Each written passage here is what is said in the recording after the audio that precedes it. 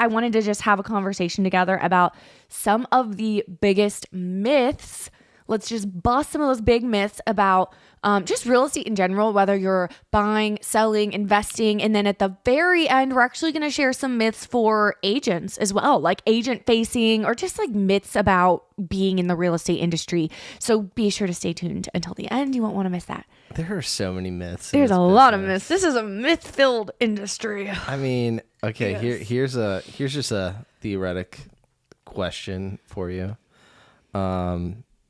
Is every real estate agent like employed? Like how does a realtor make money to pay their monthly bills? Like I'm at a brokerage, you see a brokerage's name on my sign because that's branding and you have to do it legally. Is that brokerage like paying me anything per month? Like No, you're paying them. it's kind of weird because I'm like, I feel this weirdness about it because I'm advertising for that brokerage. Yeah. Because at the end of the day, all of us agents, single agents, are bringing money to that brokerage. Because at the end of any sale, all the sellers always look at like, oh, you're getting $10,000. Sellers love to calculate And I'm like, how much real estate agents are making and then tell you that you're overpaid or tell you this big No, I just amount. had And an then it's email like, about oh, holy cow, that's actually not what we're making. Yeah. There's so many different things to take into account where it's like 40% aside right at the beginning to taxes and then because it's untaxed. And Think then about this, remember- marketing funds, we're spending our own marketing funds. Go ahead. A lot of it goes towards the brokerage. Like, you know, it's not what it looks like, but go ahead. No, I was just going to say, when you first started at Berkshire, Yeah. they were on a 60-40 split with you. Mm-hmm. And I'm sure there's still some brokerages that's your starting split as a new agent. That's very common. Especially if you're on a team, like a team member isn't the team leader. So the team leader gets all of the referral fees out of every team member on their team. That's why a lot of people like building teams. It's almost like a monopoly scheme. Yeah. but it's a smart business move. It's No, not it's a a bit. business move. Yeah, No, I you're get that. hiring people and it's leverage. Yeah. So what I'm saying is that, like, at the end of the day, our agency, us as agents or independent contractors, that's a myth that we're not getting paid in a brokerage. Like, we are only getting paid solely off of a sales commission from the seller or buyer. That's usually paid for from the seller of that property being purchased. So, in other words, if you have your real estate license and you're a real estate agent, unless you're, I don't know, a hired position at a brokerage or something, like if you are a functioning real estate agent, you are self-employed. Wow, I couldn't say that. Yeah. You are self-employed. You are running your own business. No one's paying you, which is a beautiful, amazing thing because also no one's telling you when you can work, how to work. Like your life can look literally however you want it. And that's maybe a myth about being in real estate is that, I don't know, just like how it looks. Cause I feel like I always hear when I tell people, when I meet people initially and they hear that I'm in real estate, I always hear like, oh, I could never do that. I like my weekends. Or like, oh, I bet you like never have time on the weekends. But it doesn't have to look like that. It's funny because You can model it however you want.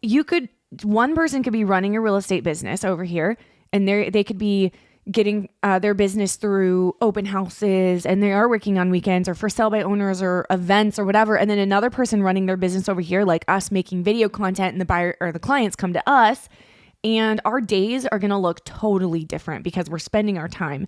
Although we both are going to closings, we're selling houses, our days can look drastically different. Like it's a very interesting thing to think about. Yeah, there's all different ways to market yourself, but also find clients, to get the job done. Yeah, and each different way you do it, your day's going to look different. Okay, a big myth that I think for home buyers is that HOAs are the worst thing in the whole entire world. And what I mean by this, I guess, is just I think a lot of times as agents, we hear buyers be so set on, I don't want anything to do, not all buyers, obviously, but there's a certain demographic that's like, I don't want anything to do with HOAs. I will not even consider a home in an HOA community. And I do understand there's some that are a lot stricter than others, but at the end of the day, just from our experience working with so many homes in HOAs, it's not as bad as you think.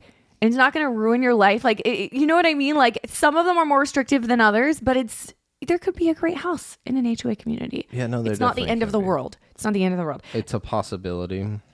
If you're having a problem finding an available property in a particular area, you definitely want to like widen your search, because at the end of the day, the market's only going to provide what it's allowed to provide, and so a lot of these properties in your price bracket or just location you're needing to buy in, like it might be an HOA community, and every HOA is different. I mean, that's my key thing about HOAs, and how they're operated is a big one. In the fees involved, most HOA fees in our area, particularly here in Oregon, Salem specifically, it's pretty cheap. It's like pretty minimal. Literally very, very minimal, where you don't even think about it. Mm-hmm. Okay, the next myth is that putting a little bit more down on a home is going to make a huge impact on your monthly payment as a home buyer. It's a give, because you said a big down makes a big impact. Yeah. Sometimes. It always just depends on how much down, though. Really. I think if you have the threshold to be near 20% down, go for it. I mean, you're getting rid of mortgage insurance right away, which is saving you at least, hundreds per month. And then over a long period of time, you do the math. Like, it's worth it at the end.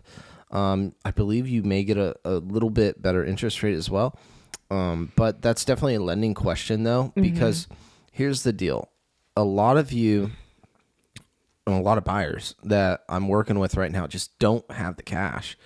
And that to them is one of the most frustrating but fearful things, because they look at it as like, oh man, like 3-4 months down the road, will I have enough to continue to pay my mortgage? Well, if that's your stance and you don't think you're going to have enough to even pay your mortgage, that's a problem. Now, here's another idea and solution. Rather than putting all of your money down, I'm trying to give you both sides here. So 20% down, of course, you're going to save, a few $100 a month, which is awesome over 30 years fixed mortgage. Do the math. Average homeowners, 7-8 years. Now, say you want to put less than 20% down, even though you had 20% down, or just leftover money, and you found the mortgage rate that makes sense for you and your monthly payment. How about you hold on to the leftover cash, buy the home, have a mortgage you're happy with, of course, and either save that money for remodel work, which is ultimately going to increase your home sales price in, that 7-8 year period, or we all know interest rates and where they're at right now. We all know that. Okay? Yeah. It's like 6.5, even 7% right now. Yeah. And how about this? Wait until the market shifts just a little bit. Use that money to refi, because you're basically repurchasing the home with closing costs. That's all you're doing in a refi. Use that money to refi. Then your mortgage is even lower, and you had money to refi when it's time and available, just because you were smart with your money and held it in a third-party account. So there's always advice. Like something to be doing that's proactive if you look in longevity for these home purchases. And you can look short-term. It's just all dependent on your future goals and where you're at in life with your family or job status. But the majority of people that I'm working with, I don't know about you, Mariah, but they're employed. I mean, they're employees. They have a check coming in every month on the 30th, on the 20th, and they know what they're going to be making. So that's why, like, the security of knowing your mortgage, and that's why us realtors, we don't really have much input in that. That's why the number one step into home buying is getting connected with a lender, which we have. We'll send you that today. Email me today, and I will send it to you or text it to you with a great lender. Okay. And it's as simple as telling them your income, your current debts, how much you want to pay on your monthly mortgage. They will tell you the price range of what it's going to cost on the amounts down. That's their job. Yes, they will be able to tell you that. So do you have a myth for home sellers? Myth for home sellers? Like a common myth that you hear home sellers thinking. Okay. Since you work with a lot of sellers. The hardest thing when I'm working with a seller is when they've been told false information previously, maybe by a different agent or just years ago. in a different market. Okay. Like what? How you so? can say a myth is to the time frame of your home selling, Yeah. your home's value and the worth, or just doing fixes. The one thing that drives me like bananas is when I'm in these listing appointments with some sellers or just phone calls. A lot of it's on a phone call. Is they say, well, I have to do this to my home first before listing it again. Now, yeah, I can look at that as a rejection on a phone call. How do I handle that objection and then move forward with that? Or it's more of an educational piece of, okay, how about this? Before you put any money into your home, let's do another evaluation here, because we are all in agreement right now the type of market we're in. It's a buyer's market. yeah, And every home is different. The majority of buyers are asking for a closing cost or a gift from the inspections, not having you to do the repairs, but a gift to like pay down their closing costs even more if they never ask for them up front. I don't like that because they're technically just trying to renegotiate the deal. But what I'm trying to say is you are never understanding who is purchasing your home because it's not even on market to sell yet. And if there's thousands or tens of thousands of dollars of repairs to be made prior to even putting your home on market, and you're still going to get the same result, yeah. why are we spending money when you do not have to? Right. Absolutely do not have to. Right. Because if it's the same result, that's going to be a problem. And I've just felt so bad for some clients that have like redone the entire flooring. Oh, they no. redid gutters. They replaced windows. Yeah. Landscaping. Landscaping is thousands of dollars. It's a lot. Yeah. I'm like, what the frick are you doing? Wow. Like, yeah. Flooring is a huge one because if it's time, it's time. At the end of the day, though, with things that are more cosmetic, I understand things that are if something's fallen apart and it's going to need to be repaired anyway. Yes. But anything cosmetic, I always would tell sellers stay away from, because there's a really good chance, say you put in floors that's like a little lighter than it is, like the buyers might not like that and want to change it anyway. And so it's not going to increase the value of your home in a lot of instances. And I deal with this though in like 400,000, 800,000. I've even dealt with it in $1 million listings because like people all have their own perspective of what the home's going to look like at the end of the day. I mean, the home right across the street from Mariah and I looked at it when it was listed. Beautiful. Unbelievable home. Really cool. $1.2 million. Vintage, like very cool. 2 years later, Yeah. it's still being remodeled. Yeah. 2 years later, still being remodeled. Yeah. I I can't imagine what they're even doing, because it was such a cool antique home. They didn't care what the previous owner did to it, period. Did not care in the world. They were going to just redo it all, no matter what. And that's some people. Right. When they buy something, they want it theirs. Right.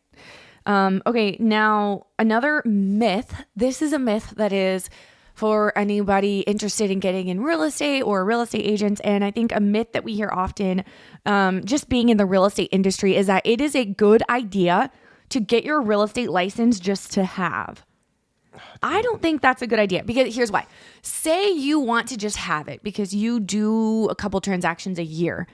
I don't think that's a good idea, because if you're only doing a couple transactions a year, well, for one, there's such a learning curve. It's going to take you forever to figure out how to do all this stuff. Like, it really is the kind of thing where like it's a lot at first, but then like, and you're probably going to be doing really messy transactions because you're doing selling a couple houses a year. Well, I just don't even think the costs involved are worth it. And you're paying, that was my next point. You're paying all these fees. It's the kind of thing where, it's a business. Every business obviously has business expenses. And if you're not consistently selling houses and it's not an actual business to you, I just don't know that it would be a good idea for it to just have your license. I feel like that sounds kind of dangerous. Scary. It is a little dangerous, right? Irresponsible to me. Everybody, it's a free country. You can do what you want. Yes. And yes. This is all our opinions. Great. This is our. The idea though is I like having certificates. I like having licenses. You have your boating license. Exactly. Have you ever used it? I don't even have a boat. No, you don't I have a boat. boater's license. My next one's a CDL. Am I going to become a truck driver? No. But I would love to have it on my license. You just want to like collect licenses. You know what I mean? Like it's kind of fun. That's where I'm like, funny. Why not get my real estate license, hang it with a minimal or hang it with the state. Because like, I know you can do that And that is pretty minimal fees involved with that cost wise, but it limits, I believe, your transaction account. If you're gonna hang it, you gotta hang it with Real Broker because there's no monthly fees, and you're offered, I think, like 3 personal transactions a year where you're not paying realtor fees or something like that. So that's probably the only instance I could think of where it might make sense is if you're gonna hang it with Real Broker. To be completely honest, I mean, yeah, and the average person isn't gonna be selling all that many homes of their own. Yeah. To even like come close to, I get to save a commission. Yeah. I just don't see that. But I mean, there's value to it if you wanted to be a part-time agent, but there's also... But part-time isn't selling 3 houses a year. Yeah. Part-time's like selling a house a month or something like that. And so what I'm saying though is I believe you actually hurt the industry. Yes. Realtor-wise. Yes. And you actually kind of take away some opportunity for agents that are actually working their tails off, new ones especially, and this is their full-time gig, and you know, they're trying to put food on the table. And so I look at that, but at the end of the day, that's their problem, not yours. You do you. You do you. You know, you gotta do what you think you should do. Yeah. So, I do believe you're doing your client or even your family members a disservice though when you are not in the business and they called you up because you had a license, which it's good for you. It's like winning the lottery, right? It kind of feels that way when you get those random. No, it feels terrific. It's like, oh my gosh, I just won a jackpot. Yeah. Yeah. You know, so that's why it's like whenever you get those random calls and you're a real estate agent, you're like, yes. Now I've had those random calls turn into nightmares, but you know, Mariah, she does pretty good with those calls. I have great luck. I don't want to call it luck. I'm blessed. I have a great track record for get a call, show a house, get a commission. Anyway. Okay. Well, you're doing your job. No, I'm doing my job, but a lot of agents, it's like easy it's client like versus hard client. Yeah, easy client, That's all she's saying. minimal hours versus it could be like an extreme amount of hours. You know what I mean? Like I'm blessed. That's all I could say. Okay, well, I think we should end today's episode here. No way. There's got to be more myths in real estate. Do you have more myths? I'm kind of out. Oh man. Yeah, I don't have any. I just you never want to end. It's always I don't want to end. No. I like it. It's like you don't want to stop talking. It's like when you have these headphones on, though. You hear yourself talk, and you're like, yeah, right on. You know, it's fun. It's fun. Okay, it's fun. We enjoy what we do. We're very fortunate to be part of an industry where, you know, obviously we get to go show houses, close houses, make people's dreams come true. But at the end of the day, Mariah and I get to sit here on a podcast for 20, 30 minutes. It's true. And it's a lot of fun. Just share our thoughts. How can folks work with us if they would like to work with us? Yeah. So in the description below or part of this page, you can find us on our website. That's a really good one. If you just create a profile and account and just maybe even write down in a note, we receive all that instantly. Emails to us. And if you put your full name, phone number, email, we'll get a hold of you. But ultimately, email Mariah or myself. We're happy to get back out to you. And if it's today, you need a lender, for instance, we're going to reply. We're going to respond. That's my number one thing is I reply to everybody within 24 business hours, but usually it's within an hour or two. He does. Subscribe and hit the bell so you don't miss anything. We come on here every week. Also, you can subscribe on Spotify as well in the description. And we'll see you guys next time.